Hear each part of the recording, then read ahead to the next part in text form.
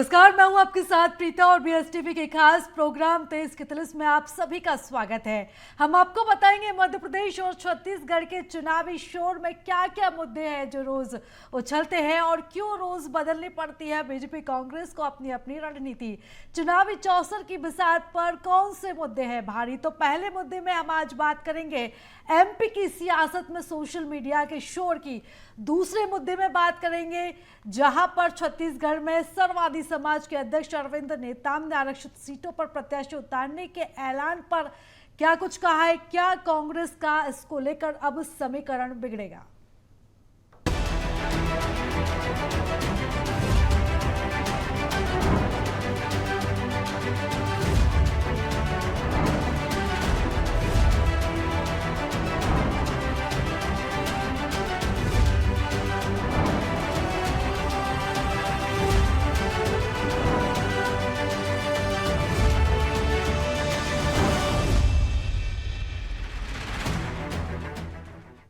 और एमपी की सियासत में अब सोशल मीडिया का शोर सुनाई दे रहा है। नेताजी भी अब सोशल मीडिया पर अपनी छवि को चमका रहे हैं और कुछ नेता अपनी छवि को सुधार भी रहे हैं। बीजेपी में भी सोशल मीडिया को लेकर नेताओं में अब जैसे होड़ मच गई है। सोशल मीडिया की रिपोर्ट भी टिकट के मिलने का आधार बन सकती है और ऐसे में अब नेता सोशल मीडिया की दौड़ में आगे निकलने की कोशिश कर रहे हैं। बीएसटीवी पर देखिए नेताओं के सोशल ऑडिट पर हमारी एक खास पेशकश।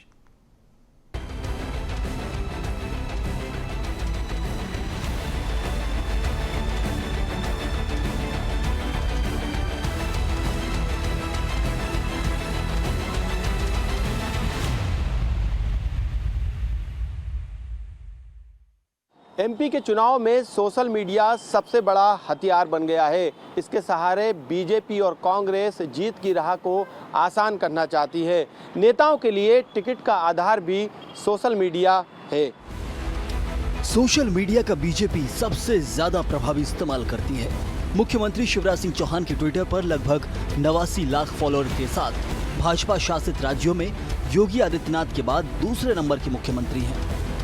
साथ ही शिवराज मंत्रिमंडल में सोशल मीडिया के मामले में गृह मंत्री नरोत्तम मिश्रा और स्वास्थ्य मंत्री प्रभुराम चौधरी सबसे आगे हैं। शिवराज कैबिनेट में ट्विटर पर सबसे ज्यादा गृह मंत्री नरोत्तम मिश्रा की फॉलोइंग है। उन्हें 6,88,000 लोग फॉलो करते हैं। वहीं नगरीय प्रशासन मंत्री भूपेंद्र सिंह के 4,37,000 फॉलोअर हैं, जबकि पीडब्ल्यूडी राज्य मंत्री सुरेश थाकड़ के सबसे कम मात्र 1264 फॉलोअर हैं। सोशल मीडिया पर शिवराज, सीएम शिवराज सिंह चौहान फेसबुक और ट्विटर पर सबसे आगे। फेसबुक पर 49 लाख फॉलोअर्स और ट्विटर पर 89 लाख से ज्यादा फॉलोअर्स हैं। शिवराज के official Twitter account office of Shivraj में 16 लाख से ज्यादा फॉलोअर्स हैं। जब हम फेसबुक प्लेटफॉर्म की बात करें तो सिंधिया समर्थक मंत्री डॉक्टर प्रभुराम चौधरी के सबसे ज्यादा 2,83,000 फॉलोअर्स हैं। दूसरे नंबर पर जल संसाधन मंत्री तुलसीराम सिलावट के 2,55,000 फॉलोअर्स हैं। वहीं पशुपालन मंत्री प्रेम सिंह पटेल के 15,000 फॉलोअर्स हैं, तो आयुष मंत्री रामकिशोर कावरे के 17,000 फॉलोअर्स। फेसबुक पर जनजातीय कार्य मंत्री मीना सिंह के सबसे कम 1,900 फॉलोअर हैं। वरिष्ठ पत्रकार दिनेश गुप्ता का कहना है कि सोशल मीडिया पर ट्रेडिशनल लीडर्स ज्यादा मीडिया फ्रेंडली नहीं रहते हैं। सोशल मीडिया तेजी से बात को पहुंचाने का साधन है जो सियासत में जरूरी भी है। देखिए, जो ट्रेडिशनल लीडर हैं जो अपना प्रचार प्रसार पर ग्राउंड पर ज़्यादा जोर देते हैं, उनको आपको सोशल मीडिया पर दिखाई नहीं देंगे, क्योंकि फ्रेंडली नहीं होते वो सोशल मीडिया से। जो प्रोफेशनल टीम हायर कर रहे हैं वो आपको सोशल मीडिया पर दिखाई देंगे। कहीं ना कहीं ये वो जो अपने सपोर्टर्स तक अपनी बात पहुंचाना चाहते हैं या उनका कोई टारगेट ग्रुप है उस तक पहुंचाना चाहते हैं। आज की तारीख में हर व्यक्ति के हाथ में मोबाइल है, हर व्यक्ति टीवी देख रहा है, बहुत सारे जो माध्यम हो सकते हैं इंटरनेट रिलेटेड वो सारे यूज़ कर रहा है। तो ज़्यादा से ज़्यादा हैमर कैसे करें लोगों को, किसी भी तरह से आप उसे अपने जो है उसके दिलो दिमाग पर कैसे छाए रहें। तो इसके चाहे वो प्रचार तरीका हो या दूसरे तरीके हों लोगों को अपनी तरफ अट्रैक्ट करने के, तो सोशल मीडिया तो रहेगा। सोशल मीडिया पर सियासत की जंग लड़ी जा रही है। ये चुनाव बीजेपी और कांग्रेस के लिए महत्वपूर्ण है। इसलिए सभी ने सोशल मीडिया पर अपनी पूरी ताकत को झोंक दिया है। सोशल मीडिया के मामले में कोई भी नेता किसी से पीछे नहीं रहना चाहता है। इसके लिए नेताओं ने एक अलग सोशल मीडिया की टीम तैनात कर दी है। कैमरामैन उवेश के साथ मनोज राठौर, BSTV, भोपाल।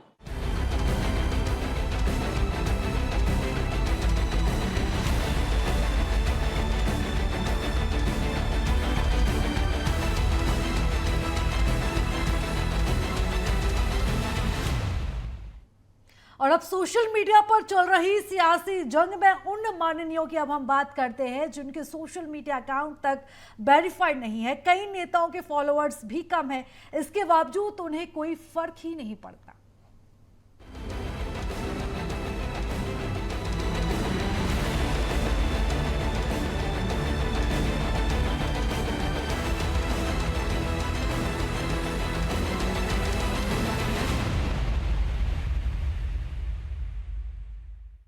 MP में सियासी जंग सोशल मीडिया पर लड़ी जा रही है, लेकिन कई नेताओं का ट्रैक रिकॉर्ड इसी सोशल मीडिया ने खराब किया है। बीजेपी और कांग्रेस समय समय पर सोशल मीडिया को लेकर अपने नेताओं को ट्रेनिंग और दिशा निर्देश जारी भी करते हैं। इसके बावजूद बीजेपी सरकार के कई ऐसे मंत्री हैं जिनकी फॉलोअर की संख्या कम है और कुछ के तो वेरीफाइड हैंडल तक नहीं है।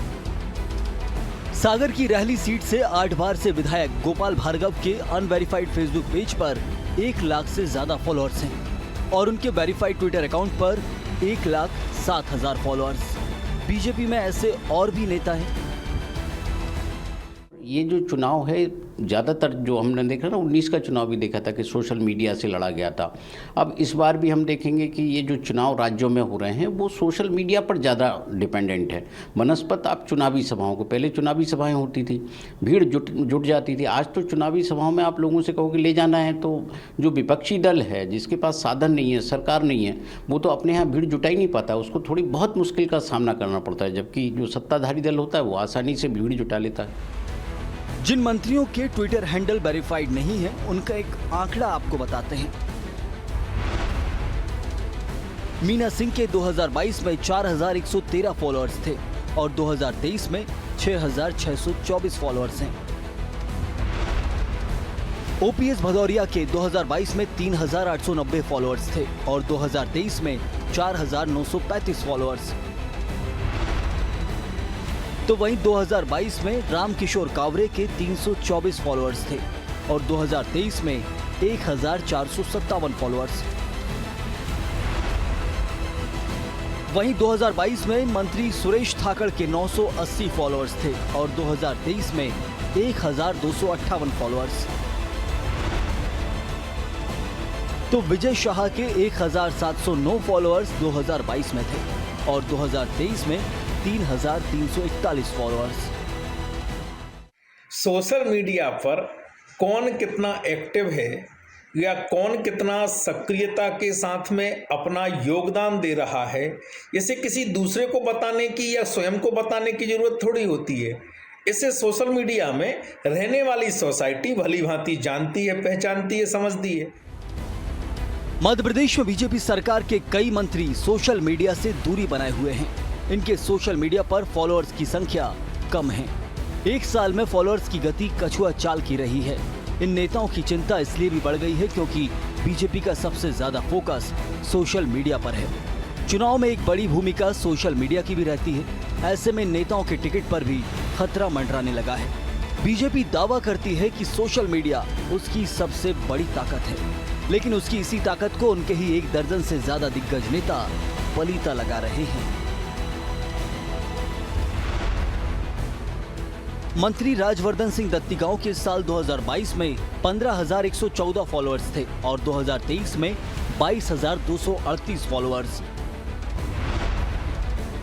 तो वहीं मंत्री बृजेंद्र प्रताप सिंह के साल 2022 में 11,738 फॉलोअर्स थे और साल 2023 में 17,215 फॉलोअर्स। वहीं बिसाऊलाल सिंह के साल 2022 में 6,627 फॉलोअर्स थे और 2023 में 8,395 फॉलोअर्स। प्रेम सिंह पटेल के साल 2022 में 5043 फॉलोअर्स थे, तो साल 2023 में ये फॉलोअर्स की संख्या 6709 हो गई। वहीं मंत्री भरत सिंह कुशवाहा के साल 2022 में 4728 फॉलोअर्स थे और साल 2023 में ये संख्या 9752 है।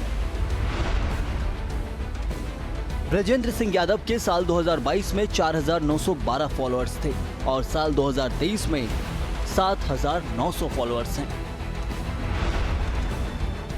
वहीं राम खिलावन पटेल के साल 2022 में 7183 फॉलोअर्स थे और साल 2023 में फॉलोअर्स की संख्या 9422 है।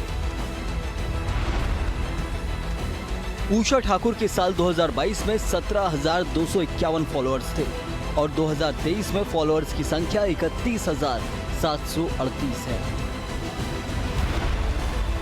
वहीं हरदीप सिंह डंग के साल 2022 में 14414 फॉलोअर्स थे और साल 2023 में 21914 फॉलोअर्स हैं। तो ओम प्रकाश सखलेचा के साल 2022 में 8790 फॉलोअर्स थे और साल 2023 में फॉलोअर्स की संख्या 13883 है।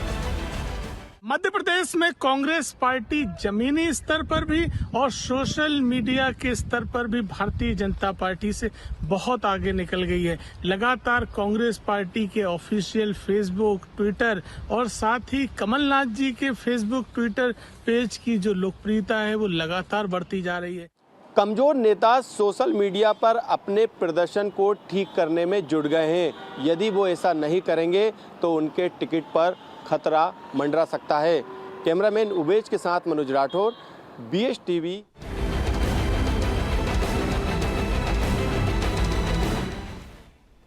और वक्त हो चला है एक छोटे से ब्रेक का, लेकिन आप कहीं मत जाएगा क्योंकि हम आगे बताएंगे बीजेपी संगठन का क्यों सोशल मीडिया पर सबसे ज्यादा फोकस है।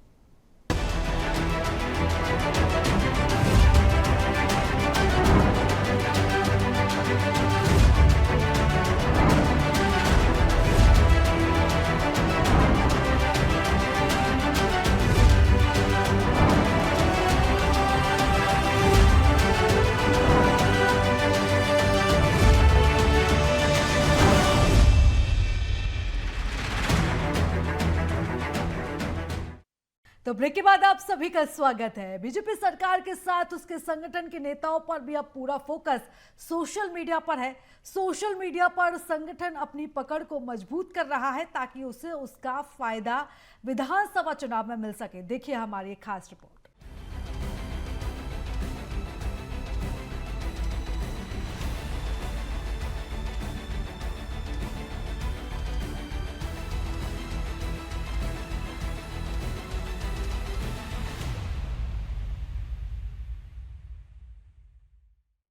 सत्ता ही नहीं बल्कि बीजेपी के संगठन का फोकस भी सोशल मीडिया पर है। ये निर्देश नहीं बल्कि हाई कमान का फरमान है। इसलिए संगठन के सभी पदाधिकारी सोशल मीडिया पर सक्रिय हो गए हैं। बीजेपी हाईकमान की नजर एमपी चुनाव पर है। दिल्ली से लगातार दिग्गज नेताओं के दौरे एमपी में जारी हैं। ऐसे में संगठन में कसावट और उसकी कसौटी में सोशल मीडिया का बड़ा योगदान है। इसलिए प्रदेश अध्यक्ष से लेकर तमाम संगठन से जुड़े पदाधिकारियों का फोकस सोशल मीडिया पर है। बीजेपी प्रदेश अध्यक्ष बीडी शर्मा के फेसबुक पर 4,50,000 फॉलोअर्स हैं, तो ट्विटर पर 4,30,000 फॉलोअर्स। बीजेपी प्रदेश युवा मोर्चा के अध्यक्ष वैभव पवार के फेसबुक पर 1,03,000 फॉलोअर्स हैं, तो ट्विटर पर 1,06,000 फॉलोअर्स। वहीं बीजेपी महिला मोर्चा अध्यक्ष माया नरोलिया के फेसबुक पर 7300 फॉलोअर्स हैं और ट्विटर पर 5500 फॉलोअर्स। बीजेपी किसान मोर्चा अध्यक्ष चौधरी दर्शन सिंह के फेसबुक पर 4900 फॉलोअर्स हैं, तो ट्विटर पर फॉलोअर्स की संख्या 12000 है। अरे कांग्रेस के सभी नेताओं का तमाम प्रकार के सोशल मीडिया के प्लेटफॉर्म के फॉलोअर्स का जोड़ लगा लीजिए, उनके कांग्रेस के भी हैंडल्स का जोड़ लगा लीजिए और फिर भारतीय जनता पार्टी के नेताओं के और भाजपा के ट्विटर, फेसबुक, इंस्टाग्राम इनका जोड़ लगा लीजिए। इनकी एंगेजमेंट्स, इनकी रीच, इन पर ध्यान दे दीजिए कंटेंट पर ध्यान दे दीजिए तो आपको पता चल जाएगा कांग्रेस कोसों दूर है, कोसों दूर है। एक किराए से उधार से कुछ भी करते फिरते रहें, उसका कोई असर, कोई प्रभाव मध्य प्रदेश में भी नहीं है। राष्ट्रीय परिवार स्वास्थ्य सर्वेक्षण की रिपोर्ट के अनुसार मध्य प्रदेश में 89.6% घरों में मोबाइल फोन का उपयोग हो रहा है। इनमें 95.8% शहरी और 87.3% ग्रामीण क्षेत्र में मोबाइल यूजर्स हैं। बीजेपी की अपनी सोशल मीडिया टीम एक्चुअल से ज्यादा वर्चुअल मोड में काम कर रही है। बीजेपी के युवा मोर्चा, महिला मोर्चा, किसान मोर्चा, एससी मोर्चा, एसटी मोर्चा के अध्यक्षों के साथ साथ ही सभी प्रकोष्ठों के संयोजकों को सोशल मीडिया पर सक्रियता बढ़ाने के निर्देश दिए हैं। हालांकि कांग्रेस खुद को बीजेपी से सोशल मीडिया के मामले में मजबूत बता रही है। भारतीय जनता पार्टी के सोशल मीडिया पर जो भी फॉलोअर्स हैं वो केवल नकली तरीके से और प्रोफेशनल्स द्वारा बनाए गए हैं, जबकि आम जनता में भारतीय जनता पार्टी को खारिज कर दिया गया है। कांग्रेस पार्टी जन जन तक पहुंच गई है। सोशल मीडिया के माध्यम से कमलनाथ जी की लोकप्रियता दिन प्रतिदिन बढ़ती जा रही है। भारतीय जनता पार्टी हर स्तर पर हर लड़ाई में कांग्रेस से पीछे है। इसलिए प्रदेश की जनता के आशीर्वाद से, जमीनी कार्यकर्ताओं की मेहनत से और सोशल मीडिया पे जिस तरह से लोकप्रियता बढ़ रही है, कांग्रेस की कमलनाथ जी के नेतृत्व में सरकार बनना तय है। दूसरे राज्यों में हुए आम चुनाव में सोशल मीडिया की भूमिका और उसका असर देखा गया था। कोई भी पार्टी खुद को सोशल मीडिया के मामले में कमजोर नहीं रखना चाहती है। यही कारण है कि सभी दलों ने सोशल मीडिया पर फोकस के साथ एड़ी चोटी का जोर लगा दिया है। 2023 के चुनाव में सोशल मीडिया दोनों ही पार्टियों के लिए महत्वपूर्ण है। नेता भी लगातार सोशल मीडिया पर सक्रिय है। कोई भी किसी से पीछे नहीं रहना चाहता है, क्योंकि सवाल टिकट ही नहीं बल्कि सत्ता में आने का भी है। कैमरामैन उवेश के साथ मनोज राठौर, BSTV भोपाल।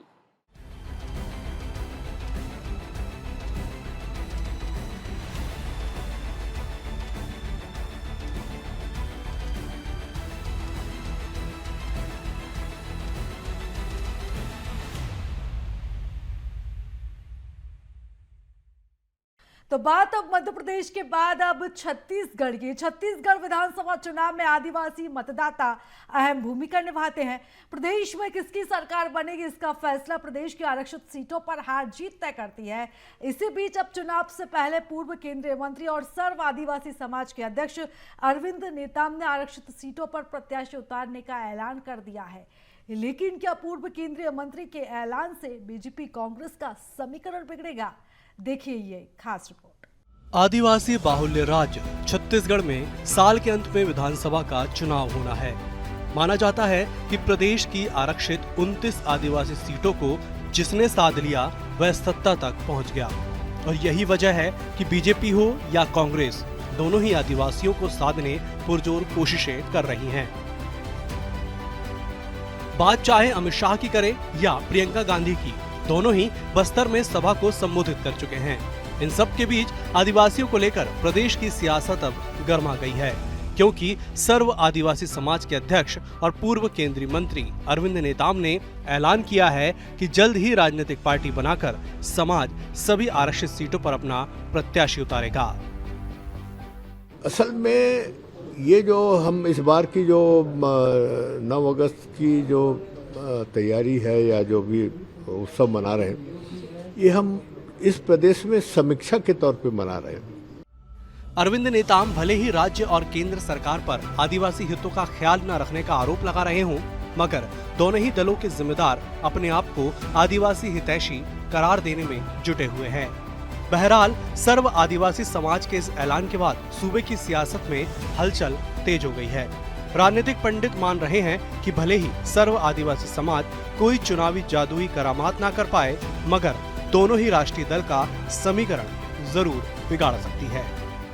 कांग्रेस राज में आदिवासियों का उत्पीड़न अपनी चरम सीमा को लांघ चुका है। भारतीय जनता पार्टी सदैव आदिवासी समाज के विकास के लिए संकल्पित रही है और आगे जब भाजपा की सरकार आएगी तब भी आदिवासी समाज के उत्थान के लिए पुनः बहुत सी योजनाएं शुरू की जाएंगी जो आज कांग्रेस के राज में बंद है। उनका यह आरोप पूरी तरीके से बेबुनियाद है कि राज्य सरकार आदिवासियों के हित में नहीं काम कर रही है। ये उनकी अपनी राजनीतिक महत्वाकांक्षा हो सकती है अरविंद नेताम की या उनके सहयोगियों की। वो अपना राजनीतिक दल बना रहे हैं, प्रजातंत्र में सबको चुनाव लड़ने का अधिकार है, संगठन बनाने का अधिकार है, वो भी बनाए, स्वागत है। लेकिन छत्तीसगढ़ की जो फिजा है वहाँ यहाँ पे इस प्रकार के प्रयोग सफल नहीं हुए हैं। छत्तीसगढ़ की सियासत में तीसरे दल की एंट्री कोई नई बात नहीं है। बात चाहे एनसीपी की करें, स्वाभिमान मंच की, छत्तीसगढ़ बचाओ पार्टी की, सर्व बहुजन पार्टी, आम आदमी पार्टी या फिर जोगी कांग्रेस की। जोगी कांग्रेस को छोड़कर अन्य कोई भी पार्टी अब तक कोई खास प्रभाव नहीं छोड़ पाई है।